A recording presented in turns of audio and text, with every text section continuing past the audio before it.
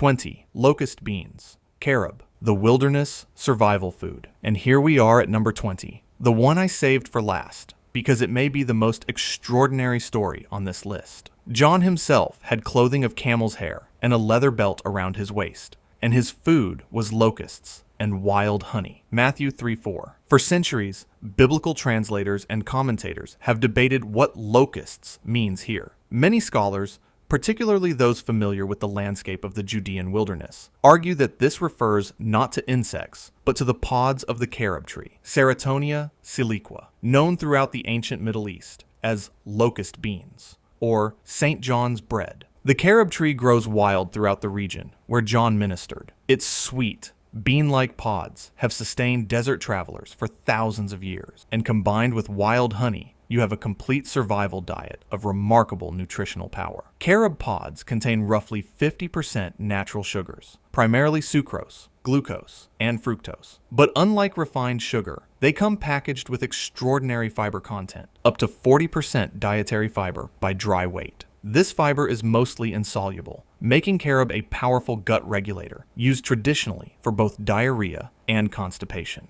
Carob also contains calcium, iron, potassium, and magnesium in meaningful quantities. It's naturally gluten-free. It contains no caffeine, no oxalates, making it safe for kidney stone sufferers who must avoid chocolate, and no theobromine. But here's what makes carob truly remarkable as a survival food. It contains compounds called condensed tannins, or proanthocyanidins, that have documented antimicrobial and anti-diarrheal effects. Studies have shown carob powder to be effective against rotavirus and other gut pathogens in children. It was actually used in European hospitals for childhood diarrhea before pharmaceutical options became standard. The tannins in carob also bind to proteins and slow digestion, moderating glucose absorption and providing that sustained, slow-burning energy that sustained a prophet in the wilderness for years. Traditional use: carob pods eaten raw as a sweet, chewy food, carob flour used in bread and porridge, carob syrup as a sweetener and medicine for respiratory conditions. And here's the connection that ties this whole list together. Carob, eaten alongside wild honey, provides what the biblical wilderness diet required: natural sugars for energy, fiber for gut health, minerals for endurance, and antimicrobial compounds for protection against infection. If John the Baptist was really living on carob and honey, he wasn't suffering. He was thriving. He was eating two of the most medicinally powerful foods in the ancient world, while everyone else in civilization ate elaborate meals and grew weak.